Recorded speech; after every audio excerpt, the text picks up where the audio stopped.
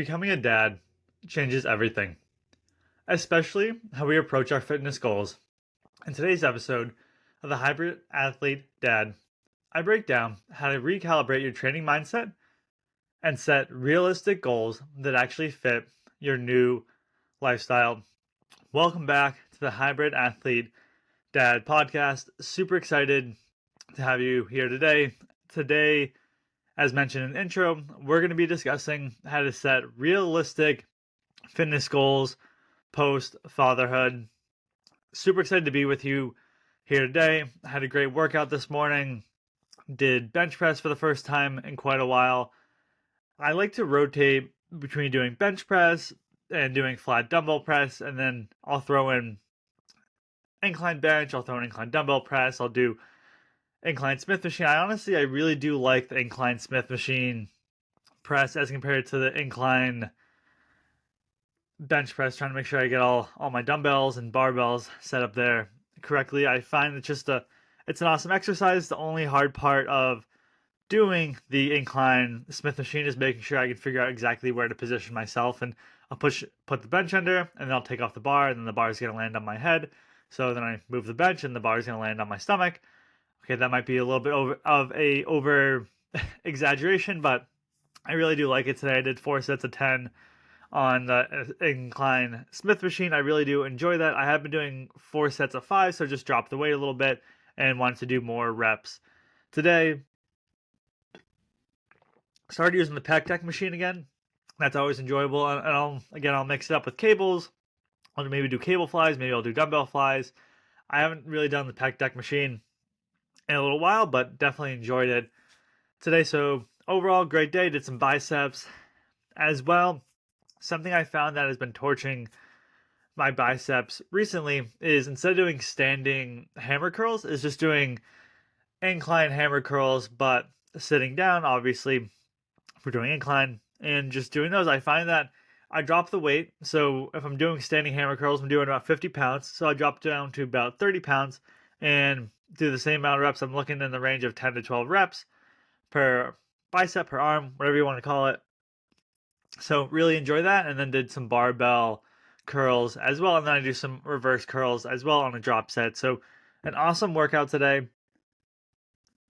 which is bringing us into today's episode. Now, if you've been listening to the podcast for any period of time, you know that I like to go over what's going on in my life, anything that I may be dealing with fitness-wise, nutrition-wise. I really like to bring it up on today's podcast episodes. Honestly, it's just a space for me to talk about what's going on. I don't want to really bore everyone in my life with all my training and what I'm experiencing. So I find that this podcast is a great outlet to share with everyone, and I really do hope that you enjoy it. I wish I had more to share with you about what's going on in fitness and nutrition wise, but I'm recording these podcast episodes between this episode and last episode about 3 to 4 days apart. So usually when I give myself a week between episodes, it just happens to I have more information to share. So not as much to share today, but I hope that what I do share is going to be valuable and beneficial for you, and something that you can realize in your own life. Last week, honestly, it was such a grind when it came to the running aspect of it. And partly because I think lack of sleep, trying to get it all in early in the week. And to preface it, so our daughter's daycare was closed on Friday, so it was Good Friday. And typically on Fridays, I do my long runs. But I'm obviously not going to be wanting to do my long run when my daughter is home. So I'm like, okay, I'm going to do my long run. So for last week, the long run was going to be, I believe it was going to be 8 miles. And then that was going to leave me with, at the end of the week, different mileages throughout the week, but that was going to leave me with 2 miles to run on Friday. What happened, and I know I talked about it a little bit in the last episode, but our daughter got sick in the middle of the night on Tuesday, or Monday night into Tuesday. Ended up getting about like an hour of sleep. Wasn't great for anyone involved. She ended up being okay. Just, she actually had quite a bit of raspberries and didn't seem to agree with her. So didn't get a good quality night of sleep, just very tired. I still got up and went to the gym. But when it came to running, it was really the last thing that I wanted to do, but I knew I had to get some miles in just because it was going to make the rest of the week tough. I still wanted to get to my 30 miles for the week. So Tuesday I ended up just running 4 miles.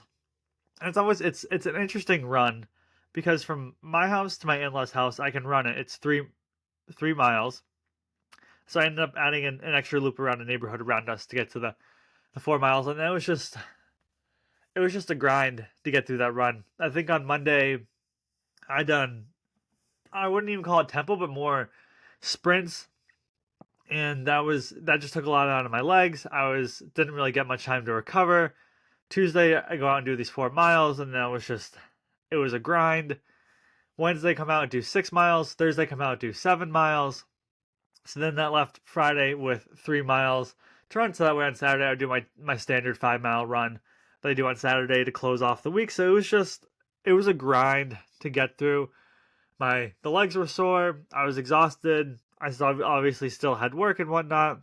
So there was just a lot going on. My wife and I, we had gone to a wedding the prior weekend. We were traveling again for Easter and the holiday, this past weekend. So there's a lot going on, but feeling great this week. Even yesterday on Monday, I wasn't saying that physically I was feeling fine. Mentally it was definitely a challenge, but I did notice. Got up, went to the gym, got my workout in. Didn't want to run, but just because I didn't want to doesn't mean I'm not going to. So went out and did a 5 mile run. I noticed about, I don't know, probably 3.5, 4 miles in, legs started to feel great, started to get back into it. And this week will be nice. I'll run Monday, Tuesday, Wednesday.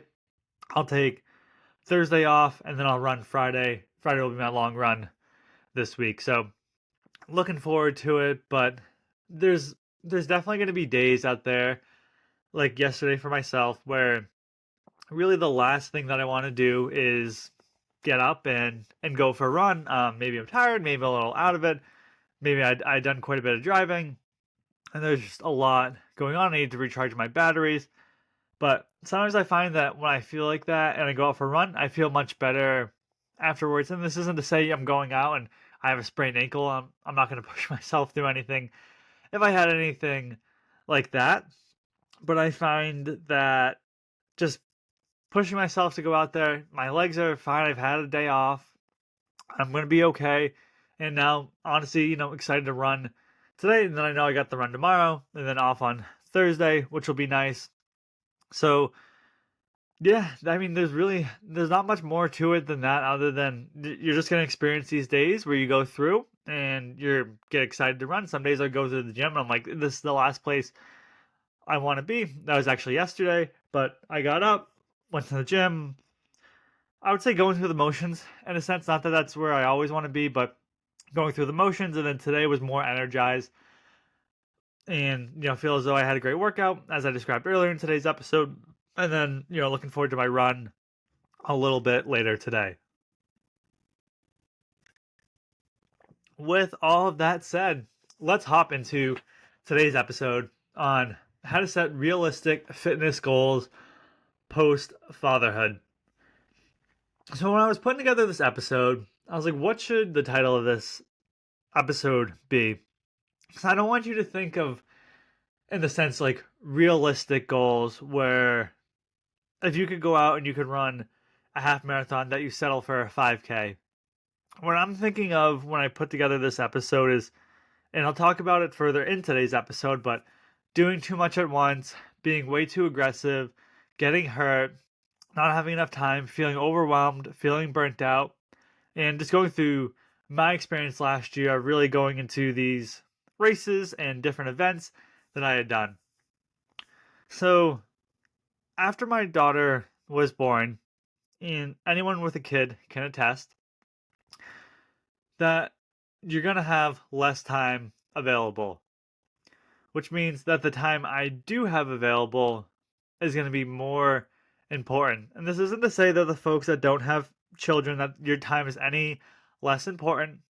You could be going to school, you could be having a job that takes up your time, just speaking from the experience of being a father, that for me, I don't want to be training too much when my daughter is at home. And I know, again, I've talked about that before on today's episode, but basically, what that meant was how often and how much do I want to be training? Do I want to consistently run marathons? Do I want to go out and try to do a full Ironman? Do I want to try to do a 100-mile race? And I think back in my mind, okay, if I do one of those races, what is it going to look like for me from a time standpoint? Well, I have heard when someone is doing a full Ironman that it takes on average about 20 to 25 hours a week or more of training. Obviously, when you're running a marathon, there's quite a bit of training when that comes into that. I honestly couldn't tell you what a 100-mile training block looks like because I haven't never done that before. But I know for me, when I was training for the marathon, I was very tired all the time because I'm running a lot and I'm running further than I have before. And I realized this is great. I'm glad I'd gone out and done this marathon, but is this something that I want to be taking time away from my family all the time? Maybe there's one event a year that I plan around that I tell my wife, okay, I might be a little bit busier than usual. So just what I've been experiencing when it comes to these goals and really how much time do I have? I think there's a myth that sort of people have before I had my daughter and after I had my daughter, which is I figured, okay, once my daughter is born, I'm going to bounce back to my old routine. And what my old routine was it's been so long, but I think I was getting up about 6:30 in the morning. I would get to the gym about 7:30 and work out. Well, I realized early on if our daughter is getting up at 7:30, well, I don't want to be at the gym when she's getting up. So now I have to wake up earlier to get my workout in. And then over time I progressively moved back how early I get up, where now I either get up at 4:15 or 4:50 depending on the day and depending on how long my workout takes. I will tell you, I enjoy getting up at 4:50 a heck of a lot more than 4:15. Those extra 35 minutes just make a world a difference. Now, going into today's episode, I want you to sort of think about redefining what success means to you. Are you someone that just wants to run a marathon? Just say you run a marathon. Are you someone that wants to break a 3-hour marathon? Are you someone that wants to run a sub 2 hour a half? Someone that wants to run a sub hour and a half marathon? Maybe you want to break 20 minutes in the 5K. You have to think, okay, what does success look like for me? Early on, when I was training for my triathlon, when I was training for my half marathon, when I was training for my marathon, I had one goal in mind, and I found it was very helpful.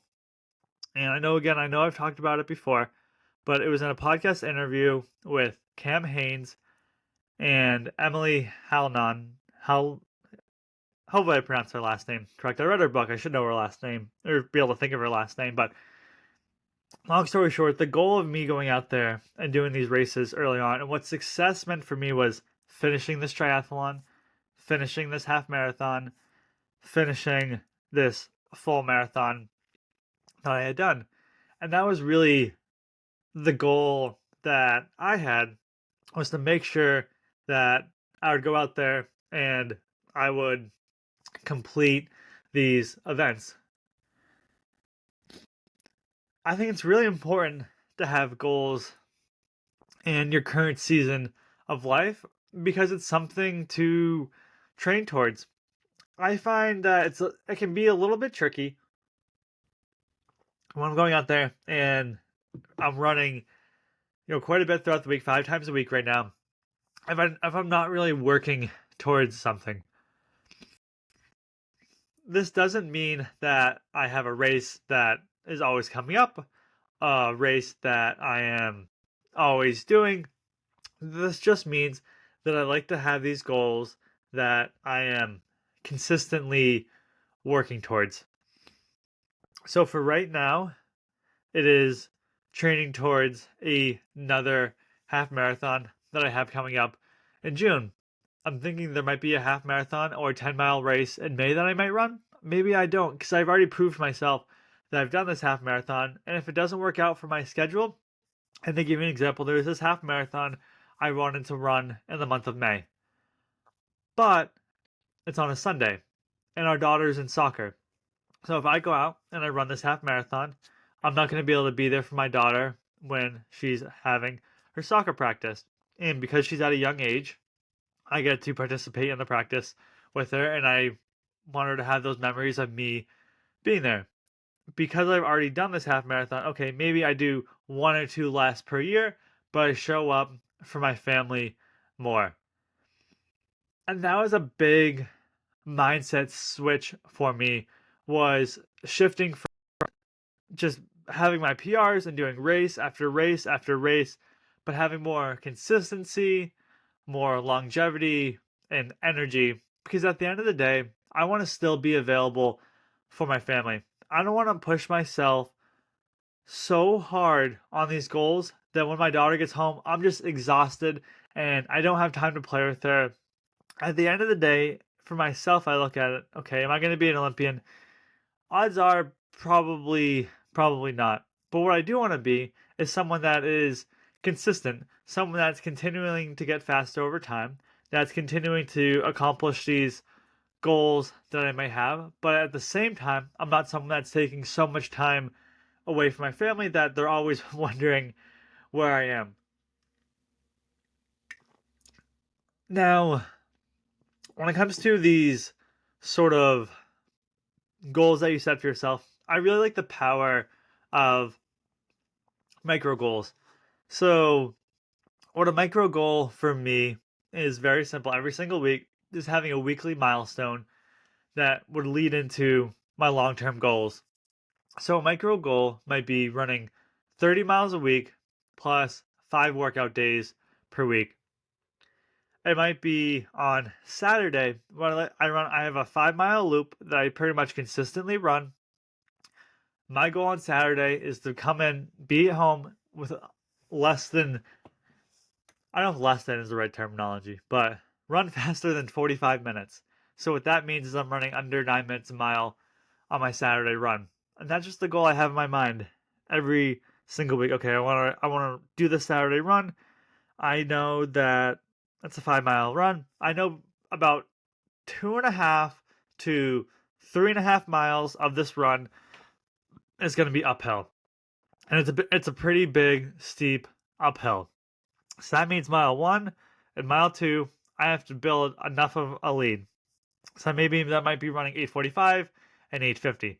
So now I'm 20 seconds ahead of 9 minutes a mile. So in case I run a 9:04 or 9:05 as an example, I have a 15-second gap for the rest of mile 4 and mile 5. So that's an example of how I like to look at my micro goals. When it comes to your long-term goals, and I know I mentioned them before, but this could be a Ironman, it could be a marathon, it could be a half marathon. Don't jump from one to the next and just take a minute to breathe. Because it's easy to get caught up going from race to race to race and wanting to just do races all the time to collect these medals. But I found that just spacing these out better, it works better for me. I have more time to think. I have more time to reflect. It's not like, okay, I got another race this weekend. Okay, I have another race this weekend. Okay, I have another race this weekend. My goal is to run a race pretty much. Again, I don't know if I'm going to have the opportunity to run one in May, given the time and availability that I have that I want to spend with my family.